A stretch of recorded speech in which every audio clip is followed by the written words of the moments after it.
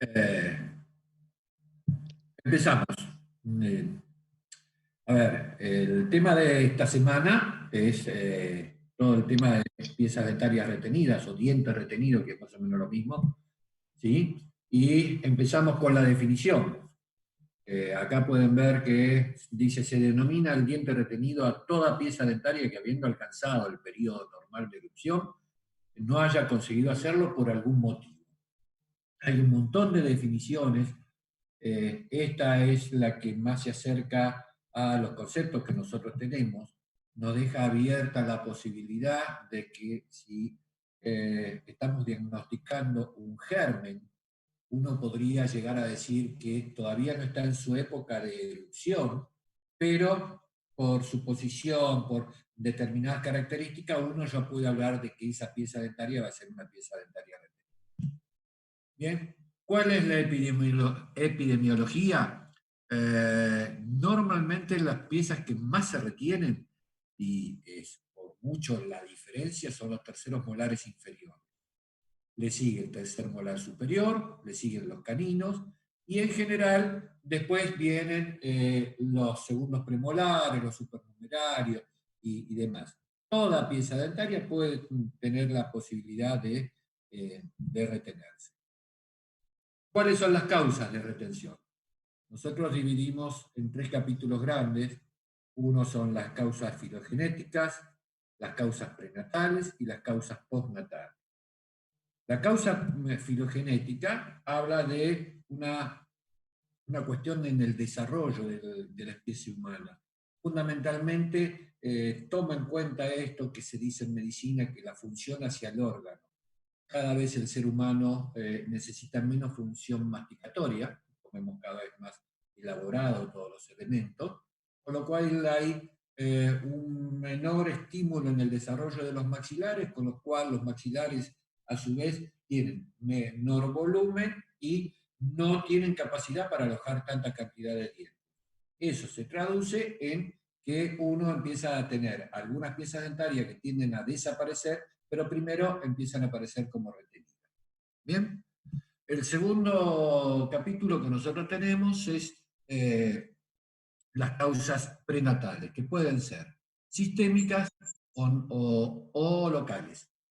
Las causas prenatales sistémicas nosotros a su vez las dividimos en genéticas y congénitas, y dependen fundamentalmente si tienen un factor hereditario o si las causas se dan a partir del momento del tiempo del embarazo. ¿Bien? Las causas postnatales, nosotros también las dividimos en sistémicas o locales. Vamos a tener, perdón, vamos a tener alteraciones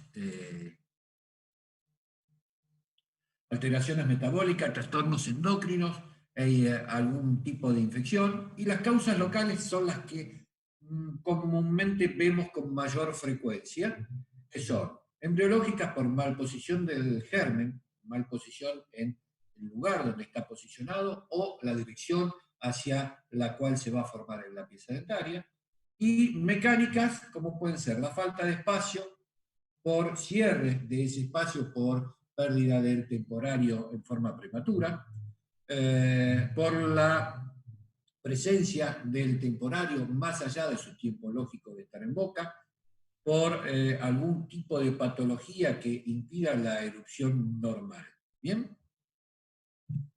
Bueno, y tenemos algunos síndromes que tienen como característica tener asociado las retenciones dentarias. Estos son disostosis craneocraneal, cruzón, oxicefalia, acondroplasia, progeria, y son todos síndromes que tienen las características de tener algún tipo de malformación maxilar. Bueno, para poder empezar a hablar concretamente del tema, lo primero que nosotros pensamos es cómo hacer para hablar con la misma terminología. Entonces vamos a hacer una clasificación de las piezas dentarias, ¿sí? Para poder clasificarla vamos a usar algunos parámetros, como en cualquier clasificación. El parámetro que vamos a utilizar va a ser cuál es la ubicación que tiene esa pieza dentaria y en qué forma está ubicada. ¿Bien? Para lo cual vamos a usar los tres planos del espacio. La clasificación en sentido vertical, vamos a tener totalmente retenidos cuando uno habla de que la pieza dentaria se encuentra totalmente incluida dentro del tejido óseo, ¿sí? Está por dentro de lo que sería la cortical ósea. Bien, también tenemos el parcialmente intraósea, cuando ya esa cara oclusal rompe la cortical ósea, pero está por debajo de los tejidos blandos. Submucoso, cuando toda la corona se encuentra por debajo del tejido blando, pero por fuera del tejido óseo. Y parcialmente erupcionado es cuando parte de esa corona se encuentra ya con su exposición bucal. ¿Bien? Esto es en el sentido vertical y nosotros vamos viendo cómo pueden ir subiendo o bajando, si sería superior. En el sentido antero-posterior, que es el otro plano del espacio, nosotros las vamos a clasificar en vertical, horizontal, mesioangular, distoangular, y si no engancha dentro de todos los parámetros anteriores, vamos a decir que es paranormal. Y para hacer esta clasificación, lo que vamos a tomar en cuenta es el eje longitudinal de la pieza que le precede, ¿sí? De la o las piezas que le preceden.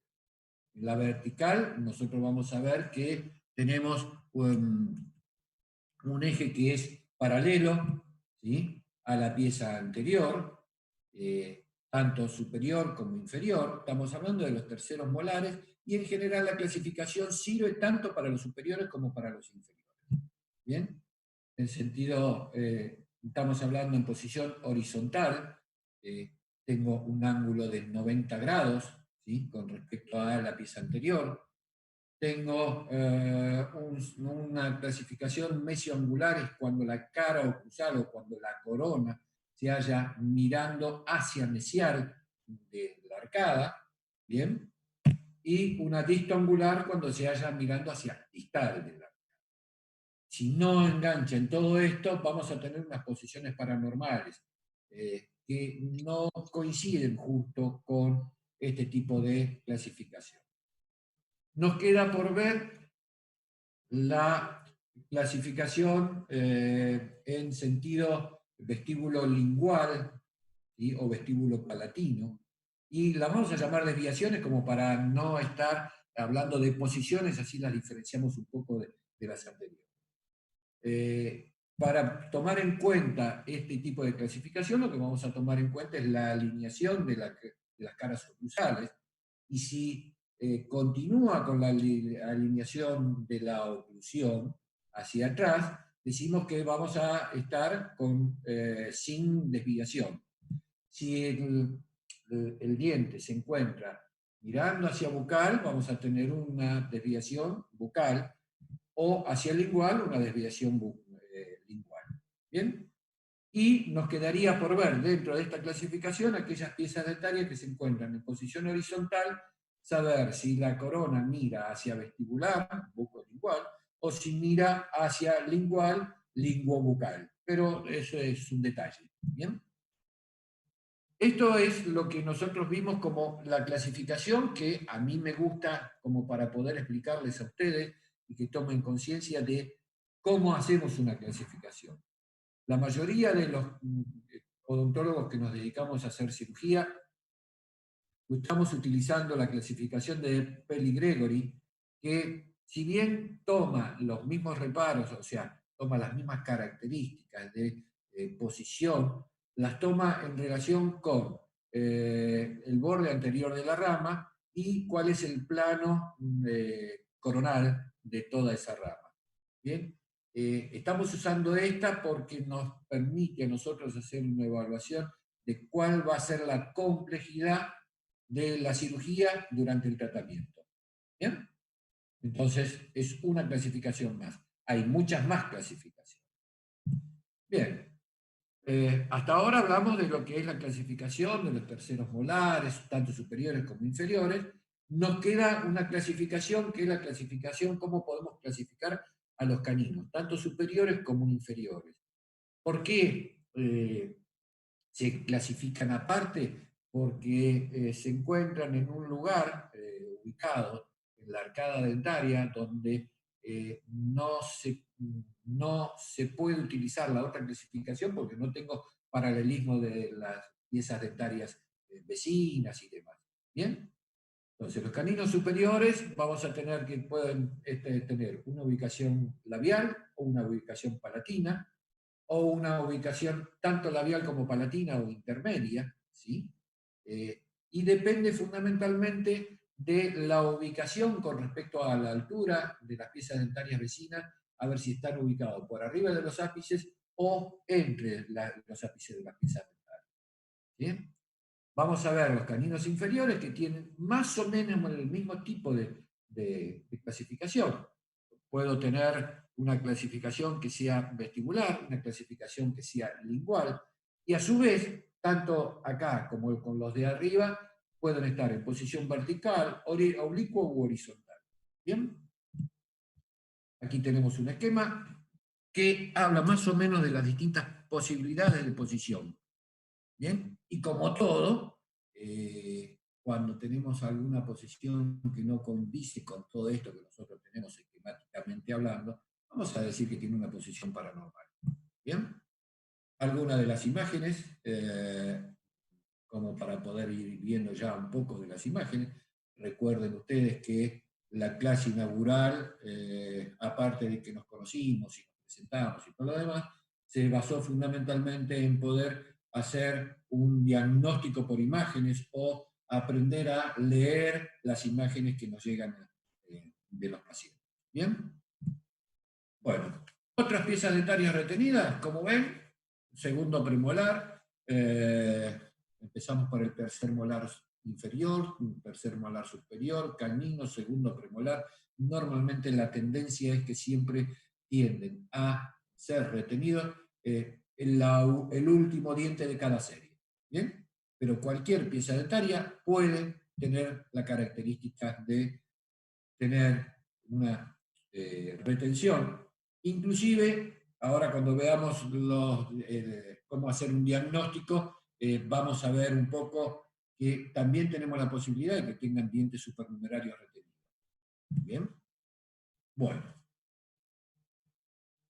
¿Se entiende hasta ahora? ¿Estamos todo bien?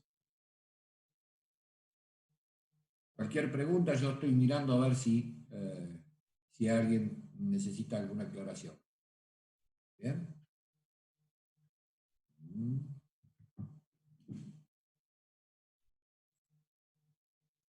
Bien. Vamos a ver diagnóstico. ¿Sí? Diagnóstico, como todo tipo de patología, necesitamos hacer un diagnóstico clínico y un diagnóstico por imágenes. El diagnóstico clínico, normalmente vamos a ver. Hay una persona que no entendió bien las desviaciones, los dibujos. Sí. Aquí me dicen que alguien pregunta que no vio, no tuvo, a ver, no entendió cómo es el tema de las desviaciones. ¿Bien? Empezamos por la que no tiene desviación. Si ustedes pueden ver, yo tengo una línea oclusiva, podríamos llamarle así, una alineación dentaria, ¿sí? Si no tiene la pieza dentaria retenida, no está mirando ni hacia vestibular ni hacia el lingual, decimos que no tiene desviación. Y si tiene una desviación hacia vestibular, decimos que tiene una desviación bucal. Y al revés, si está mirando hacia el lingual. ¿Bien? Bien.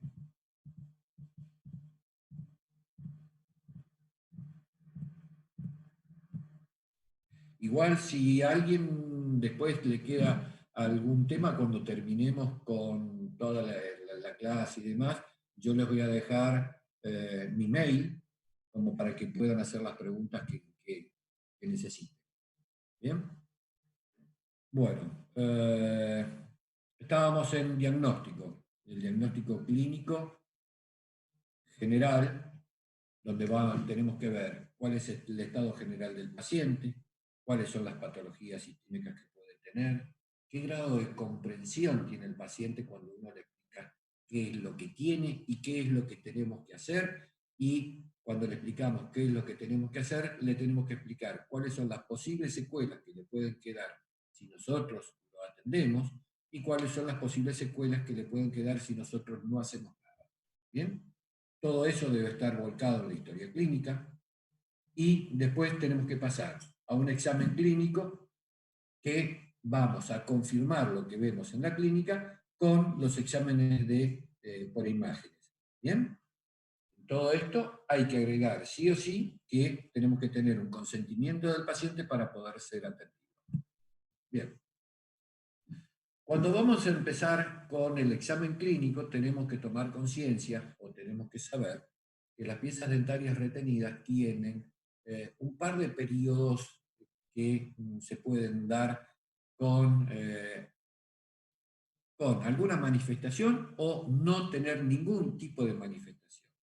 Entonces voy a tener un periodo silencioso donde el paciente no siente absolutamente nada y puede ser que la pieza dentaria esté intramaxilar o ya esté extramaxilar. Y voy a tener un periodo evidente donde el paciente va a venir y va a decir, yo siento que tengo este diente, tengo esta sintomatología y demás. Y también puede ser que la pieza dentaria esté con o sin una retención concreta. ¿Bien? ¿Cuál es la sintomatología? Vamos a tener dolor. Cuando hablo de dolor, el paciente normalmente que viene y tiene una pieza dentaria retenida tiene un dolor característico, podríamos llamarlo hasta patognomónico de esto, y es que no tiene dolor en una pieza dental puntual, sino es un dolor referido, local en la zona, pero no sabe bien qué es lo que le duele. Podemos observar una tumefacción de los tejidos. Puedo observar infección con alguna fístula, y esto se produce cuando el saco pericoronario que acompaña a una pieza dentaria retenida se contamina, y normalmente esto se produce a través del periodonto de la pieza anterior. ¿Sí? Voy a poder observar algún tipo de alteración en la ubicación de las piezas dentarias vecinas, a veces sí, a veces no, y algún tipo de malformación estructural, porque bueno, va a producir inflamación, va a producir una mordida anómala y demás. ¿Bien? Entonces, empiezo a hacer el examen clínico y puedo ver presencia de temporarios. Si el temporario persiste en boca, si no persiste en boca, puedo obtener la persistencia del espacio sin el temporario y sin el permanente. Puedo desplazar dientes vecinos, puedo ver elevación de la mucosa, fístulas, ausencia de las piezas dentarias, cuál es el grado de apertura y cuál es la condición de la higiene bucal. Pero cuando empiezo a hacer un diagnóstico, y quiero hacer un diagnóstico, lo primero que tenemos que hacer es contar piezas dentarias. ¿Sí? Si yo cuento piezas dentarias, sé cuántas piezas tiene que tener el paciente y me está faltando alguna, especialmente me está faltando algún tercer molar y demás, la sospecha clínica es que tengo un diente retenido. Bien, entonces, cuando hacemos un diagnóstico clínico, tenemos que emplear varios sentidos, especialmente el sentido común. Pero lo primero que vamos a ver es ver, contar piezas dentarias. Si hace falta, tenemos que palpar si tenemos zonas dolorosas, zonas inflamadas, ver si la mucosa está cambiada de color y demás. ¿Bien? Sigo haciendo una inspección. Como pueden ver acá en la foto, yo empiezo a contar piezas dentarias y tengo 1, 2, me falta el 3, 4, 5, 6 y me voy para atrás. Del otro lado hago lo mismo y cuento. Me está faltando la número 3. Miro del sector 1, tengo el canino mirando para vestibular. En el sector 2 tengo el lateral mirando para vestibular y me falta el 3. ¿Sí? Eso ya me dice a las claras, voy a la misma boca, pero de otra vista. Eso ya me dice a las claras que tengo el canino por arriba del lateral, la corona por arriba del lateral, haciendo presión en la raíz del lateral, lo que hace que la raíz se vaya hacia palatino y esto tenga la corona, un giro hacia vestibular. ¿Bien? Independientemente, yo ya puedo empezar a hacer un cálculo de con qué me voy a encontrar. Esto después lo tendremos que corroborar con todo el diagnóstico por imagen. Bien, hablando de diagnóstico por imágenes, cuando hablamos de diagnóstico por imágenes, tenemos que tomar en cuenta qué tipo de imágenes vamos a pedir. ¿Sí? Estamos hablando de que la patología a la cual nos estamos dedicando hoy es toda de tejidos duros, tanto el diente como el hueso y demás. Entonces vamos a pedir imágenes que sirvan para los tejidos duros. Sería ilógico pedir una ecografía para poder observar una pieza dentaria retenida. ¿Bien? Entonces, diagnóstico por imágenes, empezamos primero por las radiografías intraorales, la periapical y la oclusal. ¿Por qué están las dos? Porque lo que tenemos que tomar en cuenta es que para que yo pueda hacer una observación correcta, para poder hacer un diagnóstico por imágenes que después se va a complementar con el diagnóstico clínico, lo que tengo que definir es cuál es la posición en los 3 planos del espacio, acuérdense de la clasificación. Una periapical a mí me va a dar 2 planos en el espacio. Tengo que completarla con alguna técnica que me permita incorporar el 3er plano del espacio. Lo mismo me va a pasar con la radiografía panorámica, ¿sí? Me va a dar 2 planos del espacio, con lo cual necesitaría un 3er plano del espacio. Las radiografías laterales o frontales, las laterales especialmente tenemos un problema y es que me va a superponer lo que es el lado izquierdo con el lado derecho, no voy a saber de qué lado estoy viendo las imágenes. ¿Bien? Para poder complementar esto, al día de hoy tenemos la tomografía axial computada porque tenemos la ventaja que hoy no son tan caras, no son tan costosas. ¿Bien? Entonces son más fáciles de pedir y nos va a dar la posibilidad, como vemos acá en la imagen al costado, de poder ver en los 3 planos del espacio, los cortes de los 3 planos del espacio, e inclusive, si yo pido que me las manden en un CD, puedo navegar en una computadora por los 3 planos del espacio para poder observar todas las características.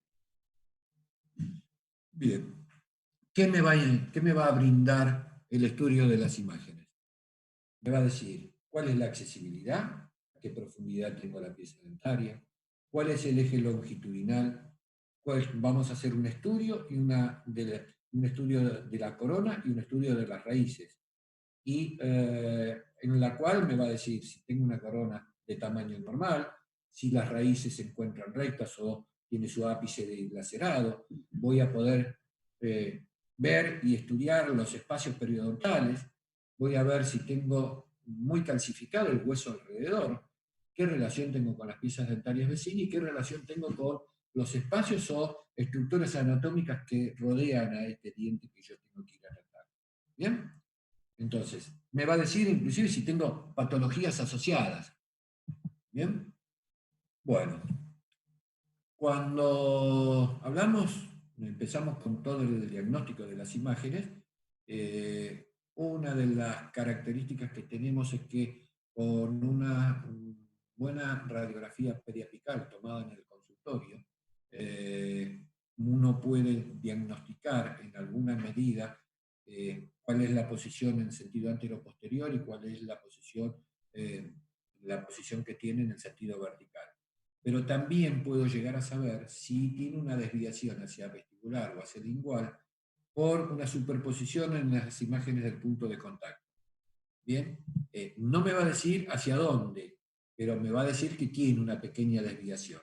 Aquí tenemos superposición de imágenes en el punto de contacto, la técnica bien tomada sobre la izquierda, ¿sí? Una radiografía con una técnica correcta, sobre la derecha es cuando está en forma incorrecta. Fíjense ustedes que tenemos una superposición en el punto de contacto, lo que me dice que una de las 2 piezas se encuentra por delante o por detrás de la otra. ¿Bien? Voy mirando distintas imágenes y voy llegando a la conclusión, aquí al final, de que si no tengo superposición del punto de contacto, normalmente no tengo una desviación. Ojo, esto hay que aclarar en el sentido de que puedo no tener una superposición del punto de contacto porque tengo una buena separación entre la pieza dentaria. ¿Bien? Si tengo superposición del punto de contacto, voy a tener una desviación, no sé hacia qué lado, si es hacia vestibular o hacia lingual. Tendría que tomar una radiografía oclusal para poder ver. ¿Bien? Bueno, si tengo una pieza dentaria retenida en posición horizontal y quisiera saber si la corona está mirando para vestibular o está mirando para lingual, tengo un par de opciones. La primera y más lógica sería tomar una radiografía oclusal para ver cuál es la posición de esa pieza dentaria, que inclusive se puede tomar con una película periapical en posición de oclusal, ¿sí? Y la otra es poder observar cuál es la cara oclusal que tiene esa pieza dentaria. Fíjense, sobre la izquierda yo tengo un dibujo de la cara oclusal que no se condice con la imagen de la derecha, que ahí no tengo ningún dibujo de la cara oclusal. ¿Cuál es la que está mirando para vestibular? La que está mirando para vestibular es la imagen de la derecha. ¿Por qué? Porque toda aquella estructura que se acerca al tubo, como el tubo tiene una proyección divergente de sus rayos, hace que se esfume en la película, en la proyección de la película. Cuando yo tengo una estructura que se acerca a la película es cuando se encuentra bien dibujado toda la estructura. ¿Bien? Eh, Vemos radiografías panorámicas, son las de consulta permanente. Normalmente en todo consultorio hoy, la primera imagen que tenemos de todos los pacientes que ingresan por primera vez son las radiografías panorámicas. Bien, entonces aquí vamos a observar otra vez piezas dentarias que pueden estar en distintos grados de retención, pero nos va a faltar siempre el tercer plano del espacio. Bien, hasta aquí es el estudio de las imágenes. Normalmente después va a continuar ahora el... Decime la pregunta. Si la desviación, ¿cómo está el esquema? Porque está al revés. Al revés. Está al revés la Sí. Me preguntan si la desviación cuando está en el cuadrito es como está en el esquema o es al revés. Está puesta al revés, está puesta la lingual donde tendría que ir la vocal. ¿Sí? De eso ya me di cuenta recién cuando lo estábamos mirando. Bueno, diagnóstico por imágenes, el estudio de las imágenes, volvemos otra vez a lo mismo. Si yo tuviera que estudiar esto que estamos viendo, comenzaría primero estudiando la corona, me fijaría si tiene un formato normal, natural y demás, continuaría por la raíz dentaria, a ver si es recta, a ver si tengo o no tengo una dilaceración. Una vez que estudié bien la pieza, voy a ver todas las estructuras vecinas, cómo es el hueso circundante, cuál es el espesor que tiene el saco pericoronario en esa pieza dentaria, qué relación tengo con la pieza dentaria anterior, qué relación tengo con estructuras vecinas, como puede ser el conducto dentario inferior. ¿Bien? Eso a mí me va a dar una información que yo puedo utilizar especialmente ya para ir haciendo el cálculo de la estrategia y la táctica que voy a tener para el tratamiento quirúrgico de esta pieza dentaria retenida. Y cuando digo el tratamiento quirúrgico de esta pieza dentaria retenida es porque estamos en una cátedra de cirugía. ¿Qué diferencia hay entre el estado silencioso y el evidente intramaxilar? Es que uno tiene síntomas. Me preguntan qué diferencia hay entre el estado silencioso evidente e intramaxilar. Es que uno puede tener dolor, el evidente, y el otro es asintomático. La misma pieza dentaria normalmente puede tener un periodo doloroso, ¿sí? Cuando está haciendo presión sobre estructuras vecinas, cuando hace presión sobre una cortical ósea, cuando hace presión sobre el conducto dental inferior, puede llegar a tener algún tipo de molestia. ¿Bien? Bien. Estoy mirando a ver si hay más preguntas. Aquí me preguntan si la imagen oclusal es clara, significa que el molar tiene desviación vestibular, no. Si la imagen oclusal es bien clara, es porque la cara oclusal se acerca a la película. La película siempre se pone por igual. ¿Bien?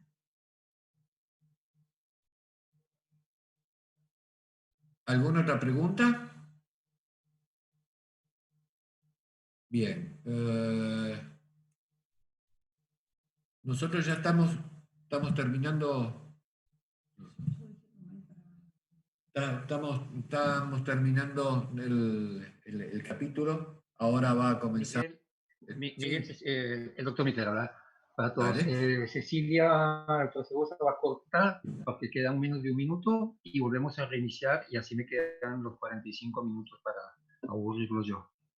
Eso era lo que estaba por decirle, que ahora se tienen que reconectar para seguir toda la parte de tratamiento contigo. Perfecto. Muy bien. ¿Alguna pregunta más? Igual ya le dejaron ahí mi mail. ¿Sí? Cualquier inconveniente me escriben y nos conectamos. Bueno.